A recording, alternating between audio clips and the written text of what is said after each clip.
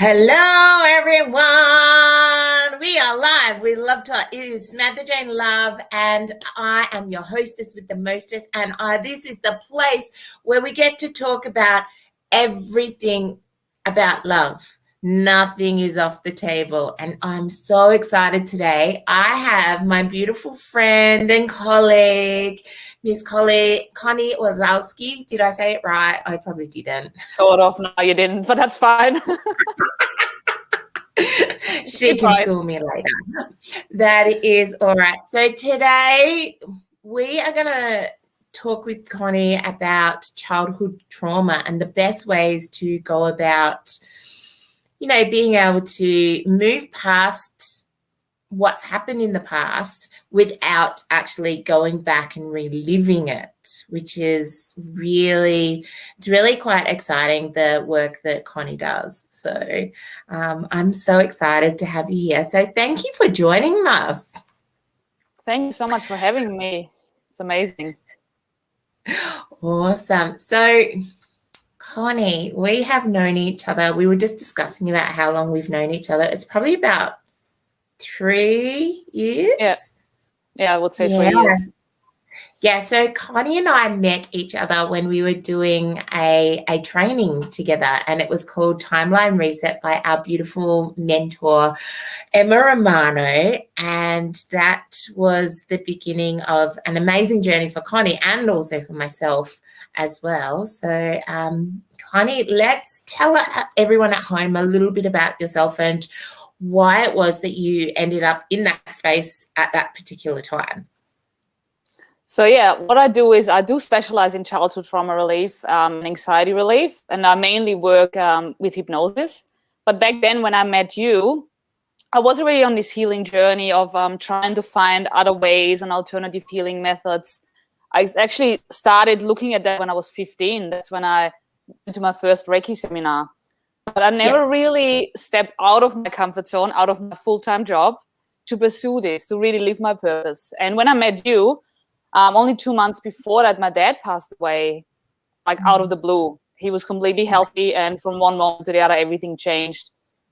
And that definitely made me reflect on what am I doing with my life? Yeah. Am I happy with what I'm doing with my 9-to-5 job, my secure 9-to-5 job? But not really living my purpose. And when my dad passed away, I was like, I gotta do something. I gotta make a change. I want something positive to come out of that tragic event and that difficult time in my life. And that's when I met you at that workshop. Yeah, it is. And unfortunately, sometimes trauma really, it makes us look at ourselves and what we really want from life, especially when someone passes away. So I'm sorry that happened to you, but I know for sure that there's so many people out there that have benefited from you learning to shine. So childhood trauma, we all have it to some sort of extent. Yeah. We do. We all do. And it's, I think that's based on, just the way that our emotions were triggered from something that happens when we were little.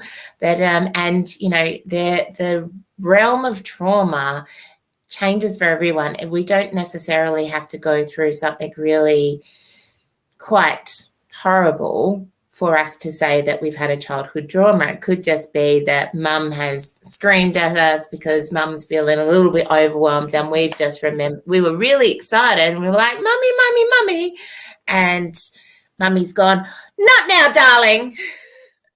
Yeah. And that, because there's an emotional attachment to that we actually go, oh my God, mummy doesn't want me around, or whatever belief we give to ourselves, because I suppose in a belief, the word lie is in there, and that is what we say to ourselves. So for the people at home, Conny, what would be your top tips, or what would you say if someone believes that they've got some form of childhood trauma?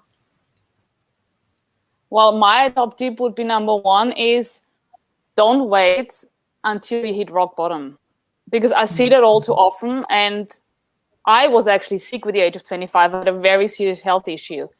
And lucky, I was suspected early. I had a few surgeries and I got out of it. But not everyone is that lucky. And sometimes we hit rock bottom and we might be faced with a disease if we haven't cleared up lingering, banked up emotions, addiction, loss of job, loss of loved ones, loss of marriage, whatever it could be. And I think human beings always tend to wait until they hit rock bottom, until they do something about it. So I do encourage people to look at it, look at what are your limiting beliefs? Where are you being held back? Is it affecting your marriage? Is it affecting your kids? Is it affecting your job? And then do something about it. Because we can put it in a box for a very long time, but we usually can't put it in a box forever. It will show up in some way. So my top tip would be, is look at it and do something about it. Don't wait until you maybe have some serious complications out of that, I guess. Yeah. And, the serious complications, unfortunately, sometimes we take it out on those people that we love the most, like our children or our husband or our, whoever it may be. And especially if you have siblings as well, that may be taken out on, infighting between siblings as well. Yeah. 100%. And then I would also say, sorry, one other top tip. If you do feel like, you want to look at something, you want to work through something, reach out. There's so many different ways that you can heal from trauma. And I think it's all about taking that step and reaching out. Like when I book in a client, I have a chat with my clients first before I book them in, because I want to know where are they at, where they're stuck at, and am I the right person to help them? So there's so many people that you can reach out to. Just do something about it. Reach out, It doesn't mean you need to work with that person straight away. But I think it's just starting that conversation and finding out what ways there is, what ways there is to heal from it, I guess. Yeah, because that's really a key thing, is finding the right person to work with, because, both you and I have done very similar trainings, but we're both so different. And that's the beauty of, I suppose, the tribe that we belong to, is that we can help, and if we're not the right fit for somebody, we can always say, oh, well, I know, maybe Connie's better for you, or maybe, there's that beautiful thing. And it's really interesting that when we say about reaching out, so in society, we've been so ingrained of, let's do everything ourselves. We've got to be strong. We've got to be so independent. Women have been fighting for all their rights, but it's freaking exhausting as well. And it's that whole thing of how do we reach out? So, and what would you suggest? Like if someone was, really thinking, oh, I need some help, but how do they go about reaching out? Look, I think there's always ways of researching online, what are good ways of overcoming trauma. On Facebook, you see lots of coaches, it's just send me a message. Hey, I've got this. Have you got a suggestion? Have you got time for a chat? As I said, I always talk to all my clients first before I book them in. Yeah. Because one of the common things as well is that, and I don't know if you've come across it as well, that people would come and are like, but I've tried everything. I've already tried everything and nothing has helped. I get that, because you know what? I felt like that. I was suffering from severe panic attacks and anxiety, and I did try everything. Meditation, yoga, self-help books, seminars, breathing, medication. I felt the same way. I've tried everything, but believe me, you have not tried everything. And you know what? Maybe one thing that would work for someone else is not the exact right thing for you. So don't give up just because you've tried a few things. Don't give up, because when you can overcome it, you know yourself, how amazing does it feel? Oh, it's so amazing. And it's sometimes that you have to hear something 3 times, 50 times, but it's, like a lot of us are all saying very similar things. It's just the frequency or the vibration that we're vibrating at is the right vibration for that particular person who's sitting in front of us. So that's, you know, that is probably a massive thing as well. So, and it's, yes, not giving up and having persistence with taking responsibility for your own journey. 100%, 100%. And I also think that when you work with childhood trauma, specifically, the person needs to feel comfortable with me.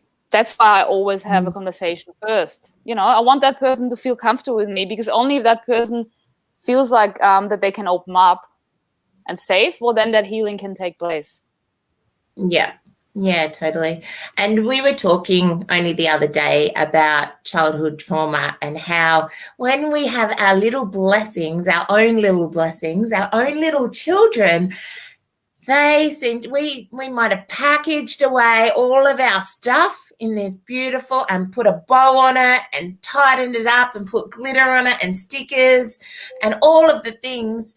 And then we have this little blessing in our arms and we go, and all of that paper and all of this stuff starts unraveling and we go, oh my goodness, what am I going to do? Yes. Very well said. Yes. So, yeah, that is the thing that I think that a lot of mums, when they become mums, really find that, you know, they have to find their healing while on this journey of motherhood. It's because that little person is their mirror that they haven't been looking at. And so they will bring up all of the old stuff. That's where Conny comes in.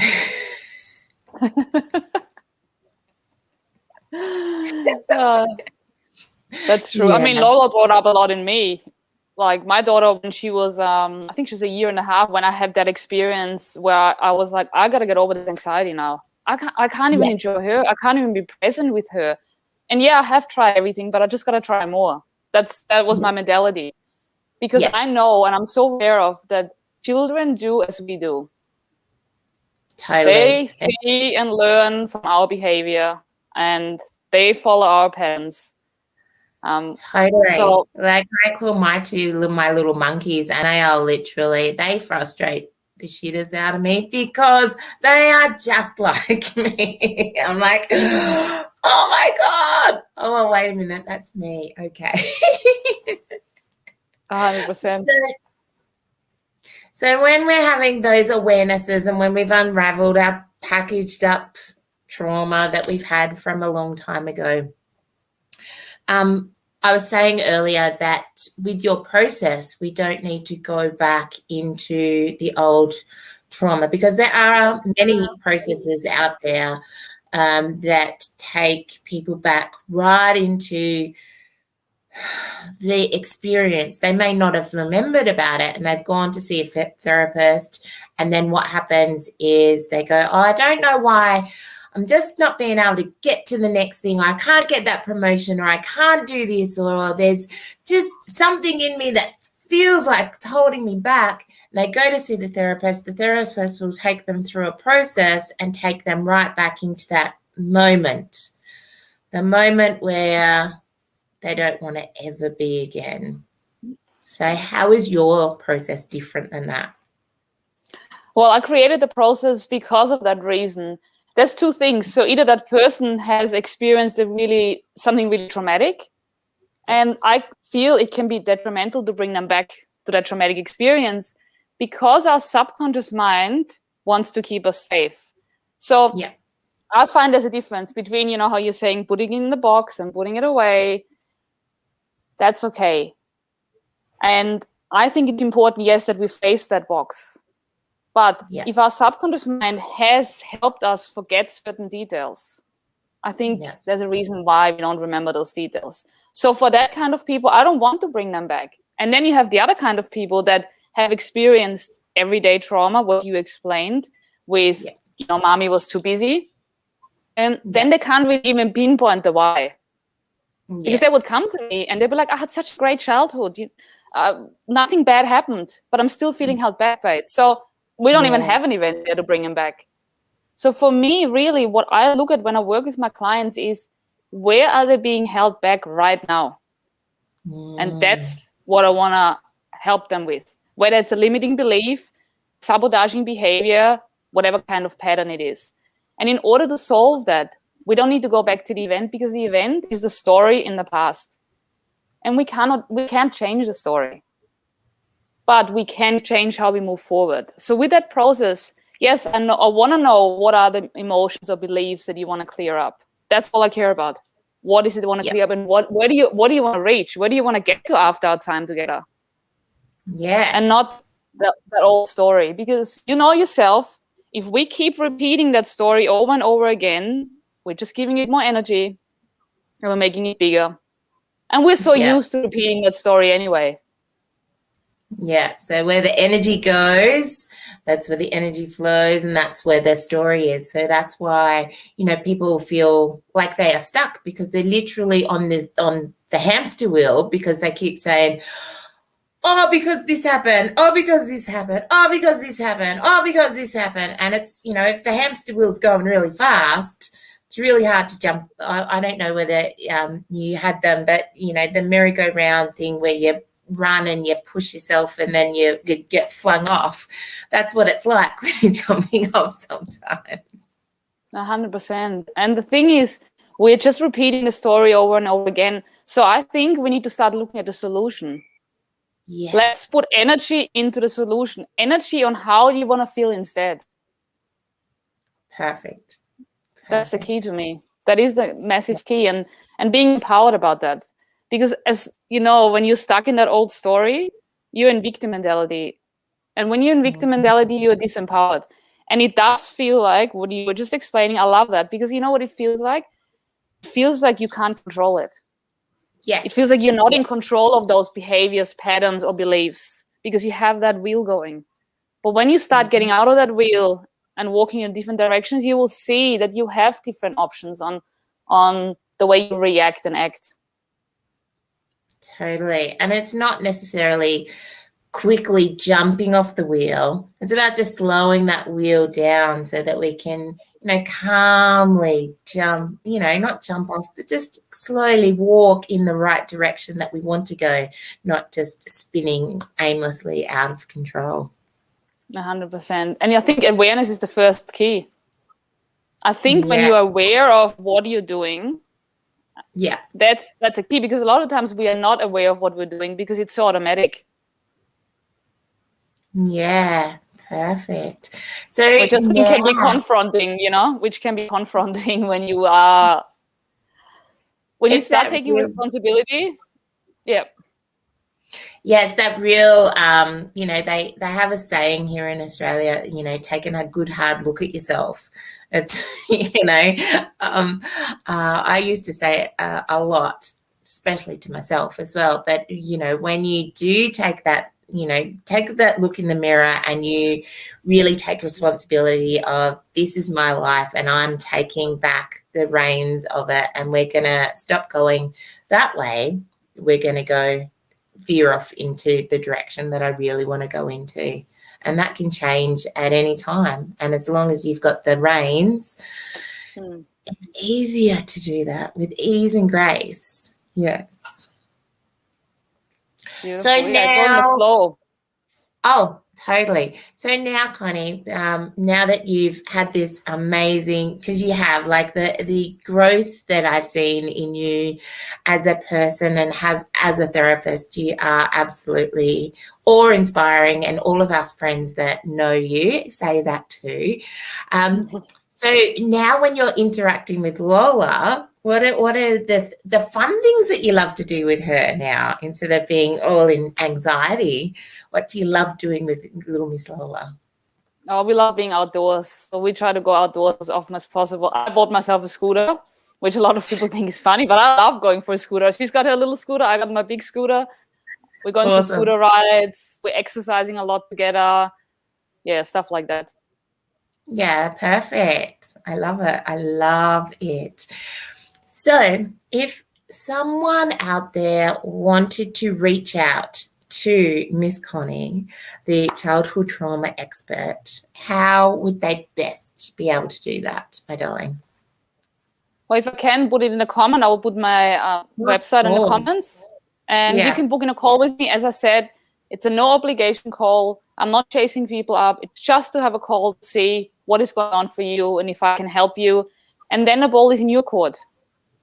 Because that starts with you taking responsibility that you want to do something about it. And when you are ready to do something about it, I'll be here. Yeah, bless. So let's give them a little bit more of a taste of Conny. So if Conny was to go out to her favorite restaurant, what would that meal look like? I love sashimi. I love Japanese food. Yeah, I love it. That would be my go-to.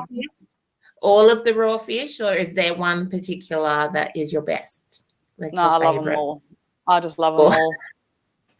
I'm coming from a country where we have no ocean, you know, I'm from Austria, so I find it amazing to have that here.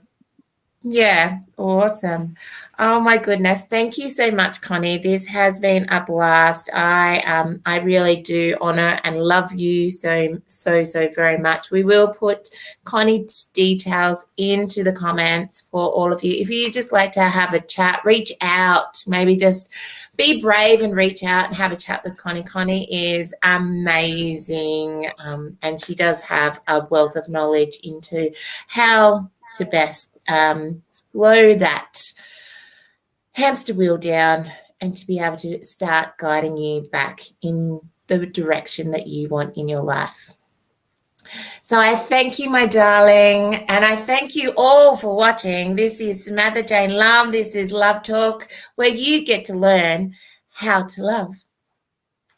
Bye for now. Thank you.